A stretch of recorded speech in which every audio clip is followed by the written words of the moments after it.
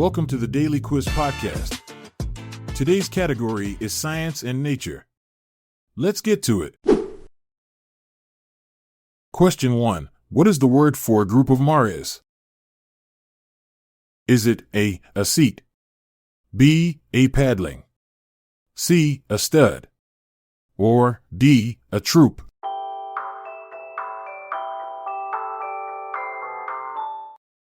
The answer is C, a stud. In the equestrian world, a group of maras is called a stud. This term might surprise some, as it's often associated with male horses. However, in this context, it highlights the collective breeding potential of these female horses. It's a testament to their vital role in horse lineage and genetics. Question 2. What is the word for a young hedgehog? Is it A, a tadpole, B, a leveret, C, a piglet, or D, a bunny?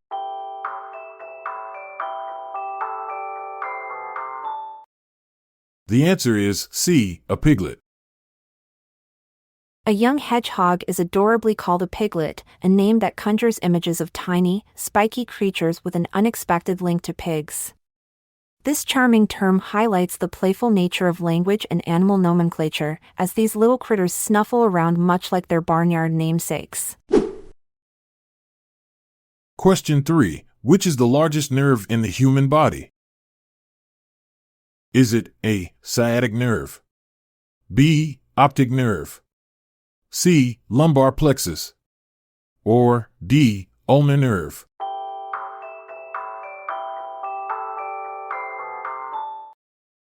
The answer is A, sciatic nerve.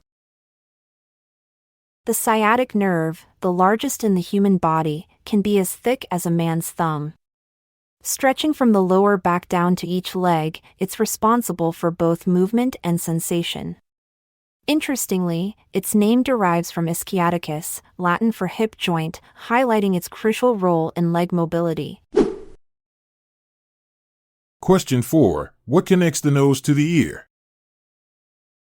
Is it A, maxillary bulb, B, philtrum, C, eustachian tube, or D, optic nerve?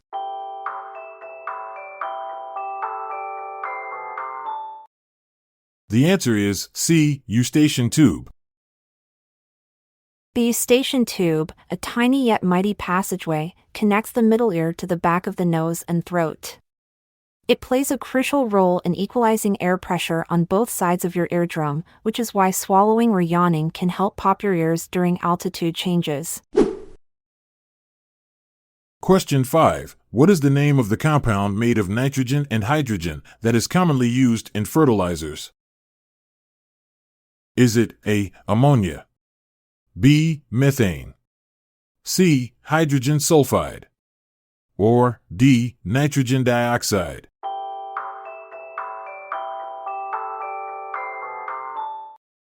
The answer is A, ammonia. Ammonia, a compound of nitrogen and hydrogen, is not only vital for fertilizers but also played a role in ancient refrigeration. In the 19th century, it was used in early ice-making machines. Its pungent smell is unmistakable, yet it's crucial for producing the food that sustains billions worldwide. Question 6. In what body part does an osteopath specialize? Is it A, eyes, B, stomach, C, bones, or D, arms?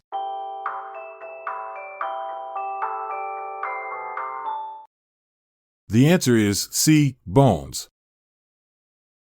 Osteopaths are like detectives for your skeleton. They focus on bones but also consider how muscles, joints, and nerves interact.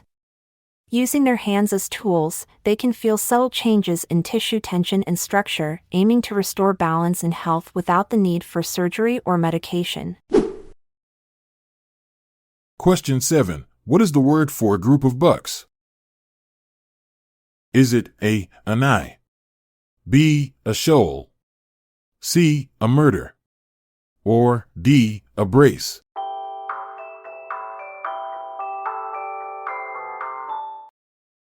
The answer is D, a brace. In the world of deer, a group of bucks is called a brace. This term not only applies to these majestic creatures but also has roots in hunting terminology. Historically, hunters would refer to two animals taken down together as a brace, highlighting the skill and luck involved in such an endeavor. Question 8. Which venomous spider is recognized by its hourglass-shaped mark? Is it A, tarantula, B, black widow, C, daddy longlegs, or D, brown recluse?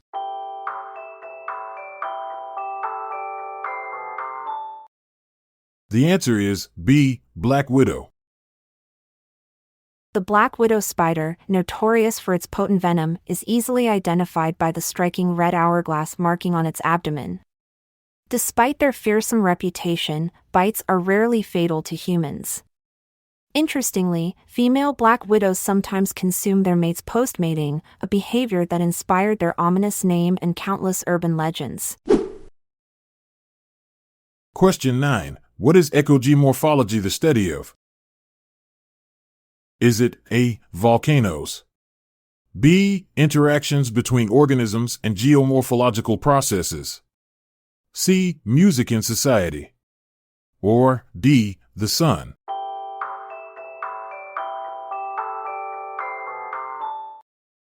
The answer is B, interactions between organisms and geomorphological processes.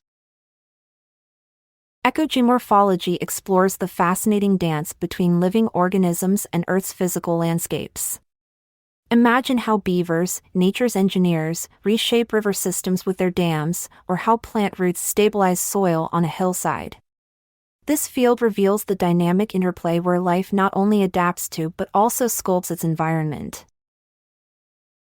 As we orbit away from today's quiz, remember, in the universe of knowledge, curiosity is your gravity.